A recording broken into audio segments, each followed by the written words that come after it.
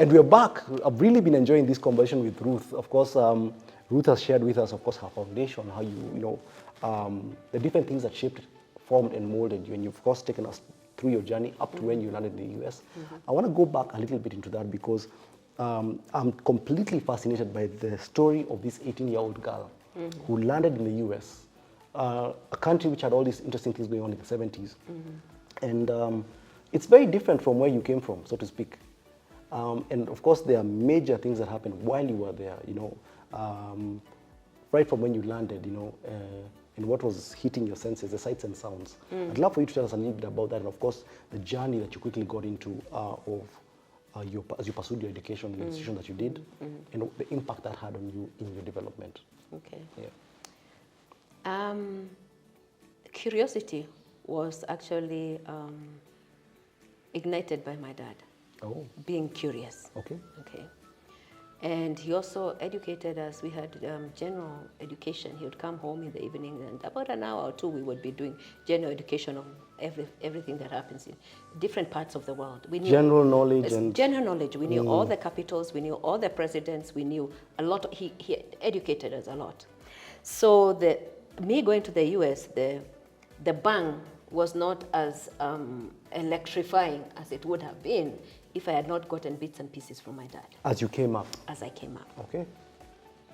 Now coming to the US, the first thing I noticed is, wow, this is just like home. They have, different people from different races and things like that. And that's how I thought the place is. Yeah, this is the typical setup. I am looking at the place from the lens of my background and my experience. Just like Nyeri, you had different people from different races and different races and different groups. But as I started interacting with them, you were shocked. And I realized, whoops, things are very different. Things are very different. But that curiosity that had been ignited, caused me to go to places where shocked maybe have shocked some of them. And a good example is when one of my white friends told me about this beautiful place up in the mountains. So I drove there. I mean, they were all whites. I was only the only black, but it didn't enter my mind that you're different. That there was anything wrong with you being there at that point in time. At that point in time. Yes. And I had a lovely time. Of course, I spoke with an accent, so they knew I'm not one of whatever. But I had a lovely time. I spent the whole day there, just talking to different people and whatever, and came back. Monday, my black American friend. So how did you spend your weekend? I told her, and she told me, "Are you crazy? You would have been killed." You went where? You went where? And I'm like, that was not my experience. Yes, it was very different from what you're talking about. It was very different from what I'm talking about. Yeah. But that is her reality. Yes. I have a different reality. True. You see? So going into the US, I realized that I had to navigate this somehow. Because despite the fact that you do not belong necessarily to that people group, you may easily be perceived as that. Yeah, I may be easily perceived as that until I open my mouth. And then maybe there's a difference. Yeah, there's a difference. And so you have to really navigate that even in the school setting, in social setting. In social setting, I mean, my professor told me, "I'm sorry, I can't give you an A in English because I don't believe you're that good in English. I mean, for an African to speak English like this." So he gave me a B. And wow. And I thought to myself, oh well, that's your viewpoint, So I didn't actually get upset with it. Yes. I just moved on with my life. But that got me to be curious. Yes.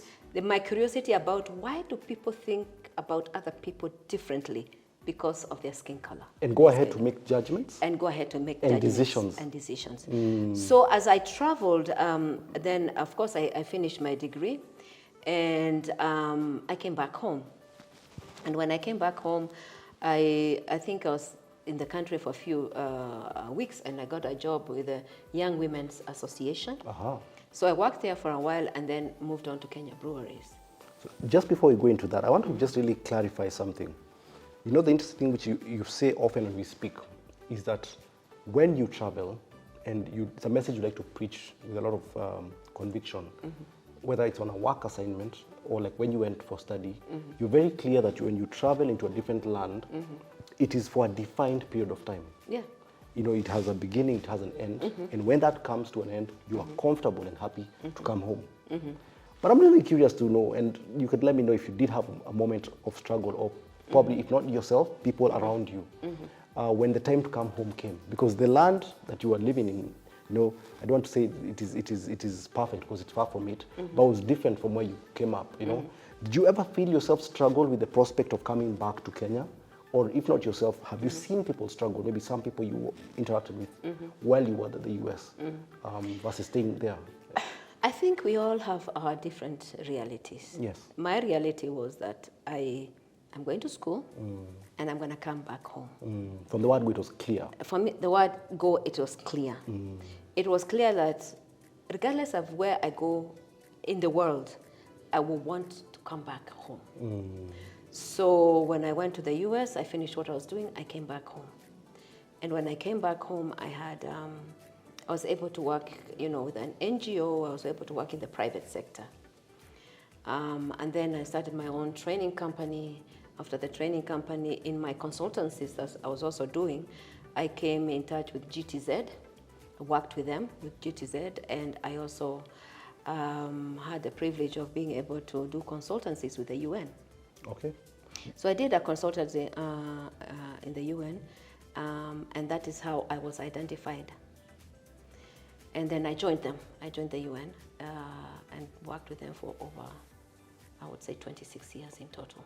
So that easily took up possibly 3/4 of your career life? 3/4 of my career life, yes. Which is something we're going to really go a little bit deeper into because it's something that's really fascinating. And I know most people, when they see Ruth, the lady from UN, the boss from UN. And so inadvertently or consciously or subconsciously, that's a title, that's identity you will always carry with you everywhere you go. And when we started this conversation, of course I said, how do you define yourself? How do you view yourself? Because of course, you get to at least tell your story in the way you see fit. But before we get into that, I'd love to just hear what your journey was like as you came from, you did work, your first job landing from the US, and of course the corporate job you had, and then transitioning to the other, getting into NGO kind of roles. How was your journey like, and was it like something you had in terms of a clear picture, or did it evolve, as you move from sectors to sector, especially the corporate sector into the development world space? Okay, so the clear picture I had is I wanted to work with people. Whatever the context was going whatever to be, the context, you have to work with people and support people. I need to work with people and I need to support people. True. That's the default mode. From the word go. From the word go. Let's just put it that way. So when I found myself working with the NGOs, or even working with a donor, like GTZ was a donor that I was working with, or whether it was Kenya Breweries, or whether it is the UN. Yes. For me, it's the people. It's the people that I'm trying to support at whatever level. Correct. That's what drives me. And that's what is most important. But all those different organizations come with a lot of experience because you're interacting with different challenges. Absolutely. So they come with different also learning, and I learned a lot from this. And having spent the larger part of my working career with the United Nations, I think it was one of the giftings that would have been given to me, because I came to appreciate people more. Oh. I came to appreciate diversity more. It was literally, you were thrust into a world. I was thrust into that world. Where there are all these different people. There are all these different people. And some people will judge me because of my skin color. Before they know much more about you. Before they know me, yeah. So yeah, and I got into some roles where, somebody would just put me down, but I wasn't going to go there. Because if I go there, I'm giving you too much value for nothing, and there's no value in it. So you wouldn't indulge that too much? I don't indulge in that. But I had one particular person who was heading a big service come back to me and say, Ruth, I need you to forgive me. For the way I treated you, I was wrong. I thought this. So then I got curious. I said, wait a minute. This guy was lacking a lot of knowledge about who I am and what I can do, and he judged me. So that's where my curiosity now started coming in terms of when people interact with me, are they seeing the skin color or are they seeing the Ruth? The Ruth that you are. The Ruth I am. And so I got curious. So every encounter that I had was not an opportunity to get upset by the way you're treating me. It was an opportunity to know what are you lacking? What is it that you need to know? About me, to be able to... About me or about where I come from. True. You know. And the purpose for which you're and interacting. The purpose, yes. Yeah. And I was coming through Amsterdam and through immigration, because immigration is another story altogether. Yeah. And this guy says, where are you coming from? So I told him where I was coming from, and he says, and you're going to Kenya? I said, yeah. Then he greeted me in Swahili. And he started talking to me like, we were old friends and whatever. So that caught my curiosity again. Yes. The fact that he had been to Kenya and had seen So Kenya. he's not Kenyan? He's not Kenyan. He was Dutch. Really? Yes, he was Dutch. The fact that, he had been to my home country and seen how it is and not relied on what he sees on TV changed the whole... So it's a completely different picture? It was a completely different what picture. Kenya is and yes. people from Kenya? Yeah. So when I came there and an immigration, officer treated me like, like anything, like, look what the cat brought here. I was like, you know what? I feel so sorry for you because you really don't know what a beautiful country I have, what a beautiful continent we have. And the culture that you carry. And the culture that I carry. I feel so sorry. So I will not indulge in what you're trying to throw to me. No, thank you. So you choose to rise above? I choose to throw it back to him and rise above. I love that. It's interesting because you get two interesting cases of a very, very kind of like happy story of when you got to customs and immigration and it was pleasant, and another one which was not so pleasant. Allow me to, because you've shared this with me, and I thought it was quite a story. The case where you, of course, were going through customs or immigration and you were held up because the people who were processing you. Maybe you could just tell the story. I think you tell it so well. Okay. Yeah. I came into actually Amsterdam again. Yes. But if you come to Amsterdam or Germany, you will be, and you're coming from Africa, you attract a lot of attention. True. So either you find the police want to see your passport and all that, and this is part of it. So I carry my book with it because I'm going to encounter it. You're ready for it? I'm ready for it because it comes all the time. Yes. All the time. Even if I'm with colleagues who are white, yes. I will be left there trying to, So anyway, this particular time I was coming from, I think I was coming from, where was I coming from? Leave. Yes. And so I came and he said, your passport. So I made it a point that every time they ask for my passport, I give them my Kenyan passport. Wow. Because I'm proud of it. Yes. So if I have to show you my work passport, it's because either you need to stamp it, but mostly I showed my Kenyan passport. Or if I'm on official travel and I need to show that one, I will show. But this time I was coming from leave, which was also official travel, but anyway. So I come. And I give him the passport and I sit down and I was reading a very interesting book. Yes. But then I looked at the time and I realized, wow, I'm going to run late and there's a meeting I needed to attend that meeting. Correct. So I just went over to the gentleman who had all the passports. I said, please, could you give me my passport? Take this one. I have a meeting and I need to be at that meeting. Yeah? And it says, let her pass. The passport, it literally has that. The laissez-passer, Oh. So the guy looks at me and he left everything and took me through the airport to my aeroplane. And boarded you? To my aeroplane, to the gate, and I boarded, right? Yes.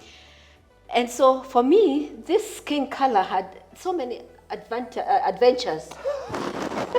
Adventures and misadventures. I call them adventures, yes, basically, yes. because the misadventures were, I call them adventures. True, generally. Generally. So when I sat back, I thought, I can put these experiences, maybe it'll help somebody else know who they are and what a privilege the skin color is.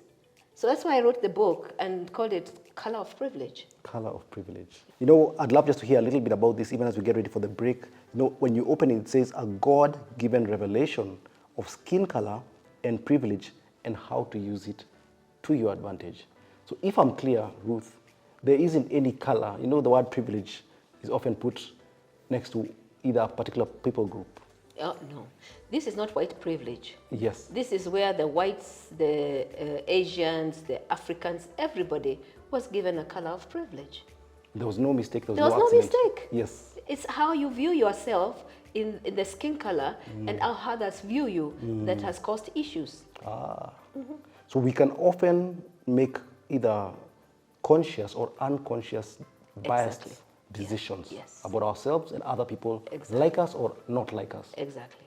So tell us a little bit more. So what inspired this, who are the ideal audiences for this book, and at what point in your life did you actually write this book?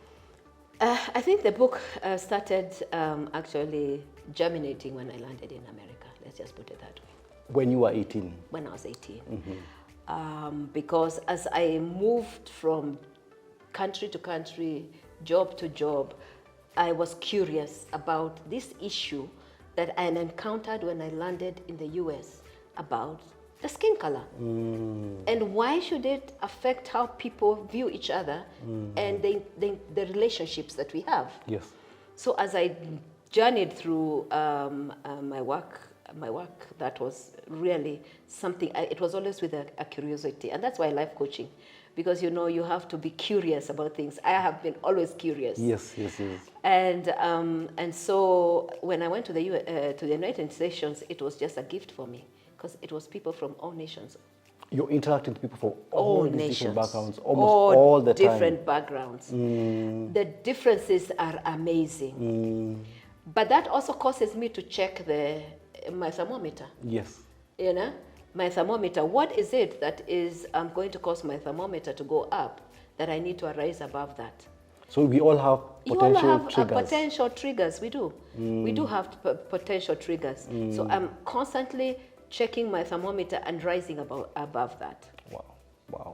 So the UN for me was an experience where I could experience different people, have friends from different nationalities, who you carry throughout your life, because these friends are not only in the UN. You grow together, you retire together, and you're still interacting. And some you visit and they visit you as well. They visit. They visit. Like recently, I had 2 of them, one from Italy, one from Germany here. And for them, they are excited to come into this land that is Kenya and see it, interact with it. I don't think it's more the land, it's the excitement of the relationship that we have. Wow. That's the... That you have to keep on checking in with each other. That relationship, we have choices of how to nurture that particular relationship. So I think it's a relationship that keeps on going. Of course, if they come to Kenya, they'll love it. There's so much to see. Absolutely. Yeah, but that's what nurtures that.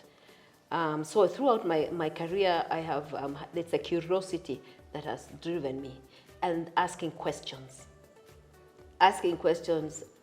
Why would this person who has never really met me treat me the way they are treating me? They don't have are they lacking some information about you and your background? And it's lacking information about the whole African continent, basically because of the information that is given to them. So in a sense, you actually found yourself becoming like an advocate, like an evangelist, like you needed to tell the story for Africa and for Africans. Yes, and the biases will always be there whether we like it or not. The biases, even in the recruitment of recruiting people, the way you treat them, the biases will always be there. As much as we put policies in place, it also, like I said, it all starts with the person. Starts with myself. I need to check my internal, I love what you said, internal thermometer. Yes. And if you're my boss, for example, and you think that you've already decided I don't know anything from where I'm coming from, that means you want me to prove myself and my skills to you, for you to be able to understand that I can be able to perform. Wow.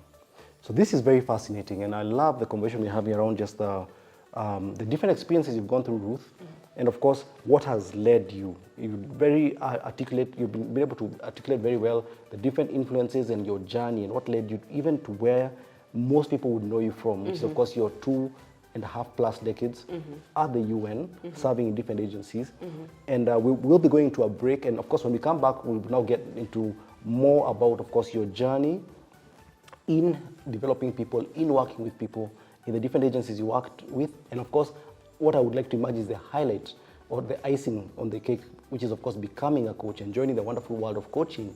And in that, being able to not just develop yourself and train yourself as a coach, but also raise so many other coaches and support them. And something which has carried forward into the new phase of your life. So we're looking forward to going deeper into that. So for the second installment, we'll be going deeper and deeper into that, and of course what Ruth's life looks like today, as she does lots of mentor coaching and helping different people in consulting projects. I'm looking forward to it. So don't go anywhere. See you on the next part.